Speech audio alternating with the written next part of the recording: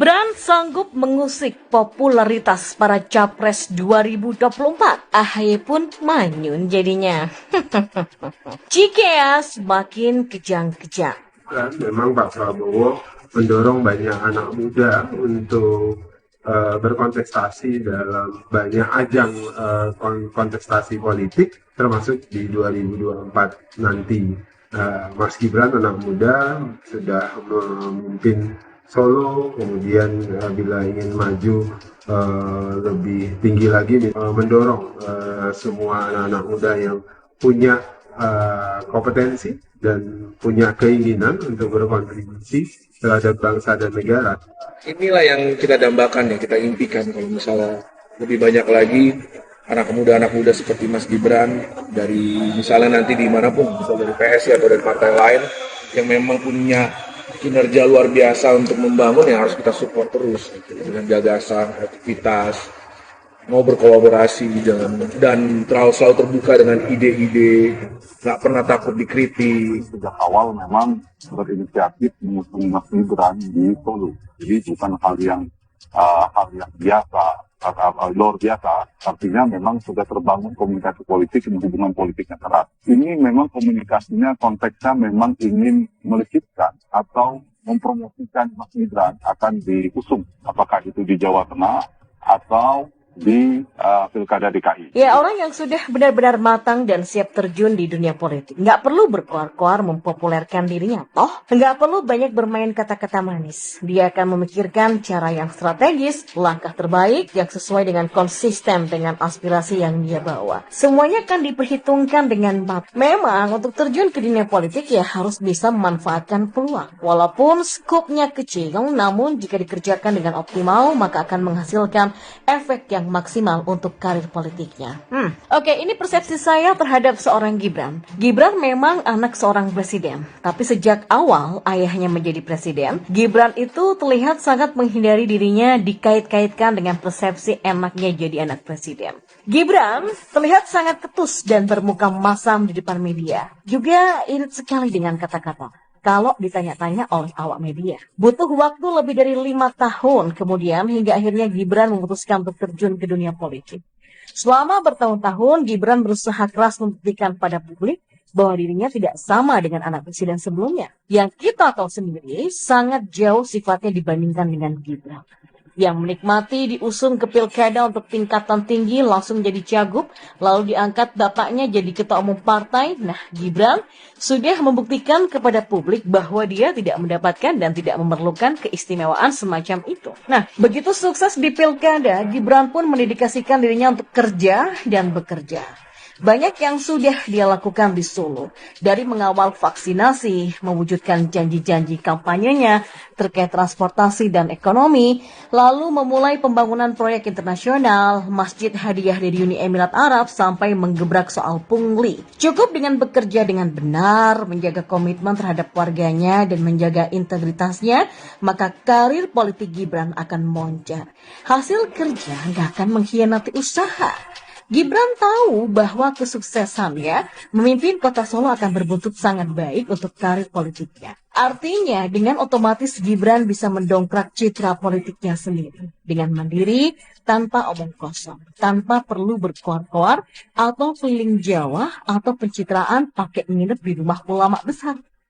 Nah, satu hal yang membuat Gibran sanggup menarik simpati publik adalah langkahnya mengembalikan uang hasil pungli. Pungli itu diduga dilakukan oleh oknum linmas dan lurah.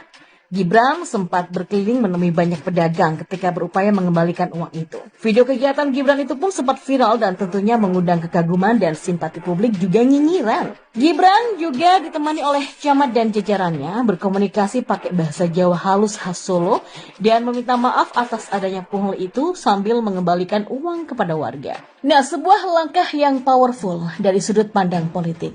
Dilansir dari sindonews.com, seorang pengamat politik, Direktur Riset Indonesia Presidential Studies atau IPS, Arman Salam bahkan menyebut langkah Gibran ini sebagai langkah politik cerdas.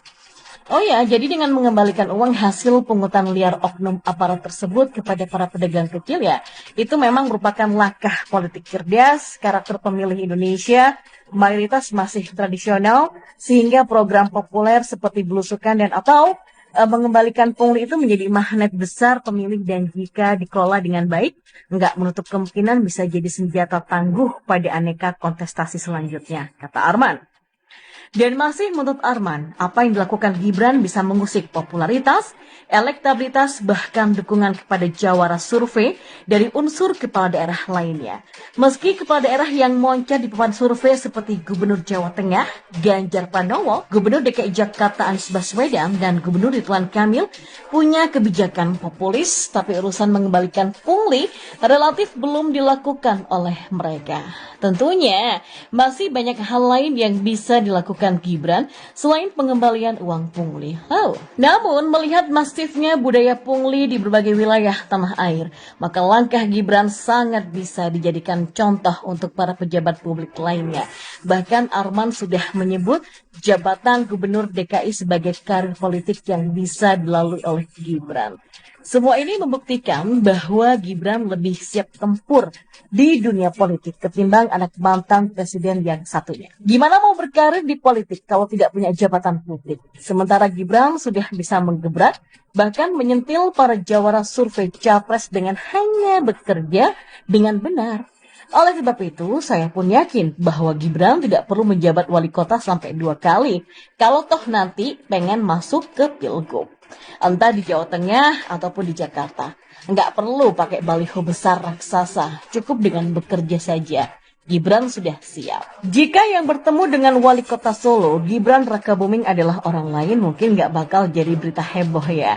Tapi yang bertemu dengan Gibran kemarin itu Anies Baswedan.